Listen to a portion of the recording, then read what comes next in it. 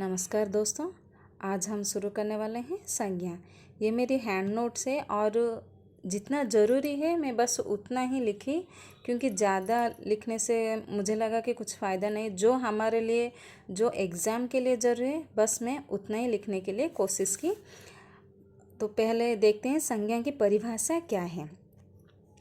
संज्ञा हिंदी व्याकरण का अति महत्वपूर्ण अध्याय है, क्योंकि हिंदी व्याकरण के लगभग प्रत्येक अध्याय में संज्ञा की भूमिका रहती है।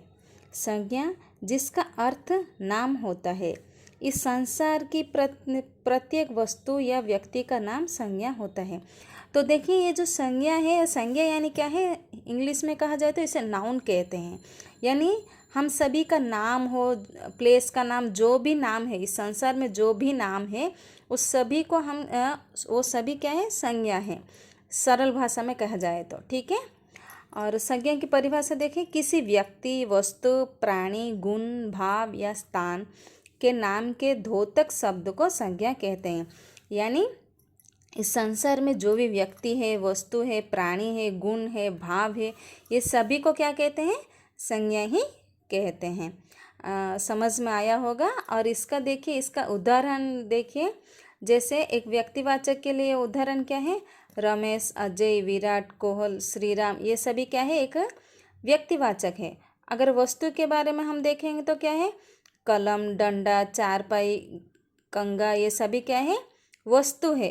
कोई जो चीज़ों का नाम को ही हम संज्ञा कहते हैं। और उसी तरह गुण में भी देखिए, सुंदरता, ईमानदारी, बेईमानी, चालाकी, ये सभी भी क्या है, गुण है। भाव का नाम क्या है, प्रेम, गुस्सा, आश्चर्य, दया, करुणा, ये सभी क्या है, भाव है। मैं पहले बताई थी ना, व्यक्ति, वस्तु, प्राणी, गुण, भाव, तो ये सभी का मैं एग्जाम्पल दे के डिटेल्स में लिखी हूँ। संज्ञा कितने प्रकार की, ये जो संज्ञा है हिंदी में, ये जो संज्ञा है 5 प्रकार के होते हैं। जैसे व्यक्तिवाचक संज्ञा, जातिवाचक संज्ञा, भाववाचक संज्ञा, समूहवाचक संज्ञा, द्रव्यवाचक संज्ञा। पहले हम देखते हैं व्यक्तिवाचक संज्ञा। तो देखिए, ये संज्ञा कितने प्रकार की है, 5 प्रकार के, ये याद रखना है और इसके साथ साथ ये सभी भी याद रखनी है। अब हम देखते हैं व्यक्तिवाचक संज्ञा। तो ये संज्ञा क्या है, किसी व्यक्ति विशेष, स्थान विशेष और किसी वस्तु विशेष को, नाम को, द्योतक शब्द को व्यक्तिवाचक संज्ञा कहते हैं। सिंपली कहा जाए तो कोई भी व्यक्ति का नाम ही हम संज्ञा कहते हैं। जैसे मोहन गाता है, इसमें संज्ञा क्या है, मोहन, तो इसमें क्या है, संज्ञा मोहन है। श्याम मेरा दुश्मन है, श्याम मेरा दुश्मन है, इसमें संज्ञा क्या है, मैं इसमें क्या है बताई थी, व्यक्तिवाचक। व्यक्ति यानी क्या है, पर्सन। कोई भी पर्सन का नाम होता है तो वो क्या है, संज्ञा है। इसमें क्या है, श्याम है मेरा दुश्मन, तो इसमें व्यक्तिवाचक संज्ञा क्या है, श्याम।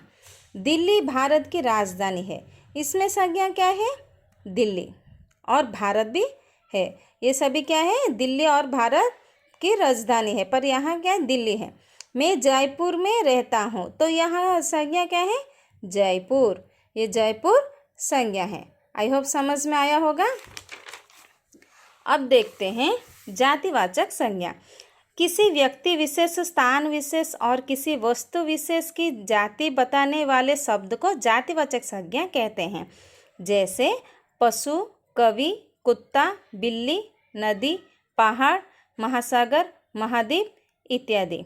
यहाँ देखिए जातिवाचक संज्ञा, यानी पशु यानी किसी एक पशु का नहीं, पूरा पशु जाति को कहते हैं। कवि यानी कोई एक कवि नहीं, जैसे प्रेमचंद, रहीम, कबीरदास, ऐसे कोई एक कवि का नाम लिया जाता है तो वो क्या होगा, व्यक्तिवाचक संज्ञा में चले जाएगा। पर यहाँ बस कवि लिखा है, तो ये कवि लिखने से क्या है, ये पूरा कवि जाति को कहती है, इसलिए ये क्या है, जातिवाचक संज्ञा है। इसके बाद देखो कुत्ता, बिल्ली, यानी कोई एक कुत्ता, जैसे कोई एक कुत्ता, सिंगल कोई एक कुत्ता का नाम, कोई एक बिल्ली का नाम ही लेंगे, जो हम पालते हैं, पालने के वजह से क्या है, टॉमी, इस तरह के जो कुत्ता कहेंगे तो वो टॉमी कुत्ता क्या है, वो व्यक्तिवाचक संज्ञा में चला जाएगा। पर यहाँ क्या है, बस कुत्ता, यानी पूरे जितने कुत्ता है वो सभी कुत्ता जाति को समझ में आ रहा है, इसीलिए क्या है ये जातिवाचक संज्ञा। ठीक है। नदी, नदी भी सेम इसी तरह है। नदी यानी कोई एक पर्टिकुलर नदी नहीं है ना, जो भी नदी है पूरा महानदी, सभी नदी में इसमें आ जाते। सिंगल एक महानदी कहने से वो व्यक्तिवाचक संज्ञा होगा। पर यहाँ क्या है, नदी पूरा जितना भी है सभी नदी जाति को कह रहे। ठीक उसी तरह पहाड़, महासागर, महाद्वीप सभी इत्यादि है। यदि किसी विशेषण शब्द तथा क्रियावाचक शब्द को अकारांत बहुवचन में लिख दिया जाता है तो उसे जातिवाचक संज्ञा माना जाता है।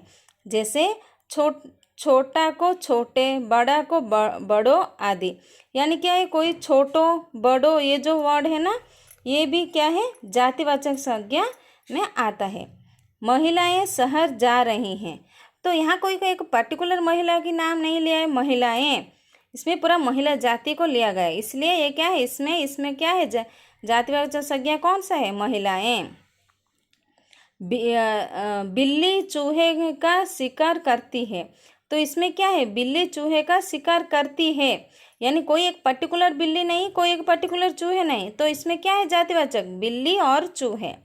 हाथी विशाल जीव है, तो हम कोई एक पर्टिकुलर इस एक हाथी को दिखाकर ये हाथी बड़ा है कहने से वो क्या है, व्यक्तिवाचक होगा। पर यहाँ क्या है, हम पूरे हाथी की जाति को कहते हैं, इसलिए क्या है, यहाँ हाथी जातिवाचक संज्ञा है। उसके बाद देखिए भाववाचक संज्ञा। किसी भाव, गुण, दशा और अवस्था का ज्ञान करवाने वाले शब्द को भाववाचक संज्ञा कहते हैं। भाव यानी क्या है, हम किसी की भाव या गुण, दशा, अवस्था को हम समझाते हैं तो वो क्या है, भाववाचक संज्ञा है। जैसे क्रोध, प्रसन्नता, प्रेम, आश्चर्य, लालच, जवानी आदि, ये सभी क्या है, भाव है। प्रसन्नता, प्रेम, ये सभी क्या है, भाव है। उस भाव को, जो भाव को हम दिखाते हैं वो भाववाचक संज्ञा है। और एक छोटा सा इंपॉर्टेंट नोट्स देखिए, भाववाचक संज्ञा शब्द सदैव एक वचन में ही प्रयुक्त होता है। ये इंपॉर्टेंट नोट कीजिए, ये क्या है, भाववाचक संज्ञा जो है सदैव एक वचन में होता है। इनका बहुवचन जातिवाचक संज्ञा का बोध करता है।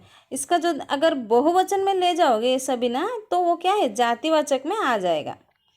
देखिए जैसे जातिवाचक संज्ञा से भाववाचक संज्ञा का बनना कैसे बनता है, जातिवाचक से भाववाचक कैसे बनता है। बच्चा, बच्चा क्या है, एक जातिवाचक है, बच्चा प्लस पन, बचपन। युवा प्लस अन, यौवन, युवा क्या है, जातिवाचक है। बालक, मित्र, पुरुष, स्त्री, ये सभी क्या है, जातिवाचक है।